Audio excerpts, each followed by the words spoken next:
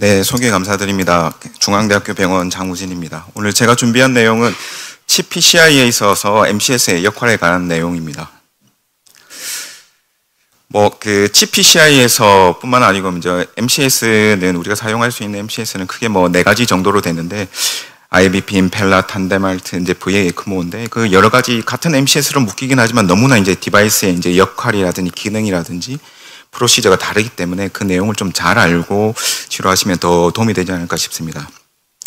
2020년에 이제 미국 데이터를 보게 되면 이 칩 PCI에서 MCS를 열심히 이제 10년 동안 써서 모아놨더니 2008년, 그러니까 2010년 전이랑 이제 거의 2020년까지 사실 이제 모탈리티, 우리 MCS의 주 역할이 모탈리티 베너핏을 주는 건데 칩 PCI에서는 사실 모탈리티 베너핏은 거의 10년 동안 없었고 블리딩, 트랜스퓨전 피란 블레이딩, AKI, 바스큘러 컴플리케이션은 증가하거나 거의 똑같은 이런 경향을 보이는 것 같습니다. 이래서 칩 PCI에서 있어서 MCS는 쓴 이제 선생님들이 다 잘못했다기보다 이제 여러 가지 이제 특징이라든지 인디케이션을 정확하게 알고 거기에 맞게 상대적으로 좀 세세하게 적용하는 게 도움이 되지 않을까 싶습니다. 그래서 제가 생각할 때는 이제 칩 PCI에 있어서 이제 MCS를 적용할 때 크게 이제 고려를 해야 될 게 이 환자가 칩이지만 바이탈이 스테이블라이제이션이 되어 있는 사람인지 아니면 샥이 동반인지에 대해서 이제 구분하고 적용하는 게 제일 중요하지 않을까 싶습니다. 일단 바이탈이 유지가 되는 그 스테이블 이스케믹 하트 디지즈에 있는 환자에서 칩 PCI에 대해서 먼저 확인해 보면 잘 아시다시피 IABP는 크리스피 AMI에서 엔테리어 스테미 환자에서 랜덤을 했더니 모탈리티 베네핏이 거의 없었고 PCIS에서는 이제 LV 펑션이 35%이고 그다음에 익스텐시브 카디오 코로네 아트리 디지는 환자에서 IAB 메디컬 트리트먼트과 비교를 했더니 프리시저 컴플리케이션은 별로 없다고 그러지만 사실 베네핏은 거의 없었습니다. 그러니까 IABP는 안타깝게도 역할이 없는 거고 그럼 에크모는 어떠냐 많이들 궁금해 하시겠지만 사실 지금까지 이제 스테이블한 이스케믹 하트 디지즈에 대해서 칩 PCI를 했을 경우 에크모에 대한 데이터는 거의 없습니다. 이제 레트로스펙티브 데이터가 있는데 최근에 나온 중국 데이터를 한번 봤더니 이 사람들도 여러 가지 얘기가 나오고 석세스 레이트, 하스피탈 모탈리티가 스테이블을 한 환자인데 에크모를 썼는데도 불구하고 약 25%. 에크모 왜 쓴지 모르겠습니다. 어쨌든 이런 결과가 있어서 지금까지 스테이블한 이스케믹 하트 디지즈 환자에서 칩 PCI에서 에크모 역할은 아직까지는 뚜렷하지 않다.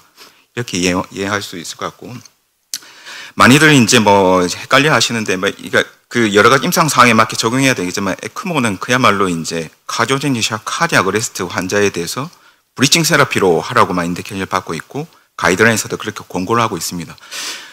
보험을 우리 입장에서는 생각을 안 할 수가 없게 되는데 우리나라 보험 심사평가에서는 크게 ARDS, 카디오제닉 샥, 카디악 어레스트, 어큐트 디컴펜세이티드 하트 페일리어 혹은 하트 트랜스플란테이션을 고려하는 환자 아니면 에크모 쓰면 인디케이션을 주지 않습니다. 그래서 실제 임상을 여러 가지 적용하실 때 고려를 하시는 게 좋지 않을까 싶습니다. 제 생각에는 스테이블 이스케믹 하트 디지즈 환자에 있어서 이제 칩할 때 유일하게 이제 어느 정도 베네핏을 줄 수 있는 거는 마이크로 액시얼 펌프 MCS 우리 임펠라라고 잘 알고 계시는 이런 디바이스일 것 같습니다. 물론 우리나라에 아직까지는 없습니다. 임펠라는 2.5 CP, LD, 임펠라 5.0, 6.0까지 있긴 하는데 이제 주로 이제 칩에서 쓸 수 있는 거 임펠라 CP고 임펠라 2.5도 많이 사용하긴 했지만 이제 그러니까 카디악 플로우를 갖다가 2.5밖에 못 주기 때문에 최근에 이제 제가 몇 군데 조금 이렇게 구경을 하러 갔더니 전부 다 임펠라 CP를 유럽이나 미국, 캐나다를 쓰고 있는 것 같습니다. 지금까지 나온 이제 스테이블 이스케믹 하트 디지즈에서 이제 임펠라의 칩에 대한 연구는 프로젝트 1과 유로펠라에서는 임펠라 2.5로 했는데 분명히 베네핏이 있는 것 같다고 보고를 했고 프로젝트 2, 프로젝트 3에서 스테이블한 환자이라도 LV 펑션이 35 이하이면서 랩트 메인 디지즈를 PCI 한 경우 그리고 LV 펑션 30% 이하이고 트리플 베슬 디지즈 환자에서 임펠라를 썼으니까 30일 모탈리티 베네핏은 없지만 90일 이상에서는 베네핏이 있다는 걸 증명을 했고 그래서 거의 유일하게 디바이스 중에 스테이블한 이스케믹 하트 디지즈에 대한 칩에서 적용성을 받은 것 같습니다. 뭐 앞서 말씀드린 것처럼 이제 스테이블 이스케믹 하트 디지즈에 있어서 칩에 대해서는 많은 연구들이 있었지만 아직까지 뭐 뚜렷하게 좋은 결과를 보여준 건 없고, 요약해서 말씀드리면 거의 우리나라에는 아직까지는 없지만 임펠라 CP 정도가 도움이 될 수 있다. 뭐 이해하시면 될 것 같고, 지금은 온고잉하고 있는 프로젝트 4, 프로젝트 칩 PCIS 3가 뭐 여러 가지 디바이스를 많이 이제 쓰면서 하고 있다 그러는데, 결과를 보면 아무래도 MCS Associated 칩 PCI의 베네핏이 어떻게 되는지를 확인할 수 있을 것 같습니다. 뭐 칩 PCI에 대해 두 번째 뭐 인디케이션은 뭐 잘들 아시는 카디오제닉 샥이 동반된 경우입니다. 카디오제닉 샥은 뭐 여러 가지 데피니션 있지만 스카이 클래시피케이션이 제일 적절할 것 같고, CDE에서 적용할 수 있을 것 같습니다. 우리나라에서는 IABP 그리고 에크모 두 개만 사용하고 있게 되는데, 뭐 여러 가지 연구를 했지만 지금까지 나온 이제 칩과 관계된, 샥과 관계된, 특히 어큐트 MI 컴플리케이트 카디오제닉 샥 환자에서 IABP는 뭐 아직까지 거의 효과가 없는 것 같습니다. 이제 제 생각할 때는 그 자체가 카디악 서포트 플로우가 뭐 최대 맥시멈 줘봐야 이제 0.5밖에 안 되기 때문에 좀 어중간한 디바이스라서 그러지 않은가 싶고, 뭐 반복적인 예지만 VA 에크모가 유일한 인디케이션을 받았습니다.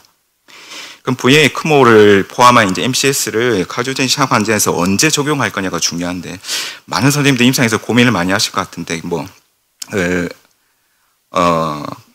에비던스는 멀티컬 올간 페일류가 오기 전에, 특히 LV 로딩으로 인해서 바조플레지아가 오기 전에 이제 적용하라고 돼 있고, 여러 가지 지금까지 뭐 했던 메이저 트라이얼에서도 이런 연구들을 만약에 이제 여러 가지 이제 개념을 적용해서 분석을 했는데, 잘 아시는 에크모 CS 트라이얼과 ECS 샥 트라이얼에서 이제 적용을 해보았습니다. 에크모 CS 트라이얼은 어큐트 MI 카디오제닉 샥이 동반된 환자에서 이미디어트하게 VA 에크모를 적용을 하는 군과 옵티말 메디컬 트리트먼트를 하고 난 다음에 레스큐 개념으로 이제 에크모를 적용한 사람을 비교를 했는데, 뭐 사실은 의미 있게 크게 차이가 나지는 않았습니다. 이미디어트 군이나 옵티말 군이나 차이가 나지는 않았고, ECS 샥 트라이얼은 조금 다르게 이제 리바스큘라리제이션 하기 전에 에크모를 넣은 환자들, 그 다음에 아까 말씀드린 옵티말 메디컬 트리트먼트에도 불구하고 안 좋은 환자들, 안 좋은 경우에 MCS를 적용한 환자들을 이제 구분해서 적용을 했는데, 여기서도 사실은 비슷한 결과를 얻었습니다. 그러니까 얼리 에크모군이 옵티말 메디컬 트리트먼트 플러스 레스큐 MCS 군에 비해서 베네핏을 주지는 못했습니다. 근데 여러 가지 뭐 ECS 샥 트라이얼에서 여러 가지를 조금 더 분석을 해보면, 꼭 이제 에크모를 더 빨리 적용하는 균이 또 나쁘다기보다, 사실은 이게 왜 컨트롤군이 이제 좋은 결과를 얻었냐고 생각을 하냐면, 컨트롤군에서 저 녹색을 보시게 되면 이게 인덱스 PCI 하는 경우에서도 MCS 서포트를 한 경우가 거의 반 이상 정도 됐습니다. 그리고 에크모를 적용 안 하고 IABP라든지 임펠라, 특히 임펠라 CP를 갖다가 아주 많이 적용했기 때문에, 아까 말씀드린 얼리 에크모군과 옵티멀 트리트먼트 플러스 레스큐 MCS의 군이 정확하게 사실은 구분이 안 된 거라고 볼 수 있기 때문에, 이 결과로만은 아까 말씀드린 얼리 트리트먼트 군이 꼭 나쁘다고만 얘기 드리기는 어려울 것 같습니다. 유로샥 트라이얼이 사실은 임상의한테 더 많은 이제 메시지를 줄 것 같은데요. 이 연구는 데피니트하게 카디오제닉 샥이 이제 동반이 된 AMI 환자, 특히 BP가 90 이하이고 올리고리아가 있고, 그 다음에 멘탈도 처지고 콜드니스가 있으면서 락테이트가 2mol/L 이상인 사람들에서 리바스큘라이제이션 열심히 하고 30분 동안 이제 기다리는 겁니다. 기다리고 난 다음에 그래도 안 좋으면 랜덤을 해서 에크모를 넣거나 아니면 메디컬 트리트먼트군 이렇게 비교를 했는데, 아시다시피 뭐 결과는 완전히 나쁘게 나왔습니다. 이게 에크모군이 좋고 메디컬 트리트먼트군이 더 좋다는 얘기가 둘 다 나쁘게 나왔습니다. 이게 당연한 게, 이 사람들은 뭐 제가 볼 때는 아주 그 연구자를 제가 어떻게 ACC 가서 잠시 만났는데, 뭐 자기는 이게 맞다고 아직까지 생각한다고 주장하지만, 제 생각에는 왜 그러냐면, 이 사람들이 이제 MCS 환자를 적용해야 될 군 자체를 너무 딜레이를 해서 너무 늦게 적용하다 보니까 MCS를 주나 안 주나 나쁜 차이가 없는 그 정도 아주 안 좋은 환자를 줬기 때문에 생각이라고 생각하고, 여기서 얻을 수 있는 메시지는 카디오제닉 샥이 동반된 AMI 환자에서는 절대로 시간을 끄면 안 되겠다, 이렇게 정리할 수 있을 것 같습니다. 임펠라입니다. 임펠라는 사실은 이제 이전에 이제 임프레스 트라이얼에서 IVP랑 비교했을 때는 베네핏을 보이지는 못했습니다. 근데 이때는 임펠라 2.0 LD를 썼기 때문에 지금 이제 흔히 많이 쓰이는 임펠라 CP에 비해서는 카디악 플로우를 갖다 줄 수 있는 정도가 상대적으로 적습니다. 이제 임펠라 CP는 3.5에서 4.5 정도까지 준다는데 임펠라 2.5는 맥시멀로 2.5밖에 안 되기 때문에 부족했기 때문이 아니라 생각하고, 그 이론한 여러 가지 다른 연구들과 메타 애널라이시스에서는 임펠라 CP에서는 베네핏이 있다는 걸 증명을 했고, 얼마 전에 이제 2024년 ACC에서 이제 결과를 발표한 것처럼 데인저 샥 트라이얼에서는 임펠라 CP로 했을 때 어큐트 마이오카디악 임팍션 위 카디오제닉 샥 환자들에 대해서 임펠라 CP를 적극적으로 적용한 군이 약 12.7% 정도의 모탈리티 베네핏이 있다는 걸 증명을 했습니다. 그 다음 세션에 아마 서성민 교수님이 준비를 하고 계시는데 아마 더 자세히 말씀해 주실 것 같습니다. 우리나라 데이터들을 뭐 간단하게 뭐 설명해 드리면, 보통 저희 데이터 중에서는 이제 BIS 스코어, 그러니까 메디컬 트리트먼트를 이제 카디오제닉 샥에도 불구하고 열심히 했는데도 불구하고 계속 나빠지는 사람들에 대해서 BIS 스코어를 구했을 때 이제 60 이상 넘어가는 사람들한테는 에크모를 적극적으로 적용해 주는 게 모탈리티 베네핏이 있더라. 그러니까 환자가 열심히 이제 메디컬 트리트먼트 노르에피네프린, 에프린, 바소프레서 뭘 다 썼는데도 불구하고 계속 나빠지면 절대 기다리지 말고 빨리빨리 하는 게 좋다.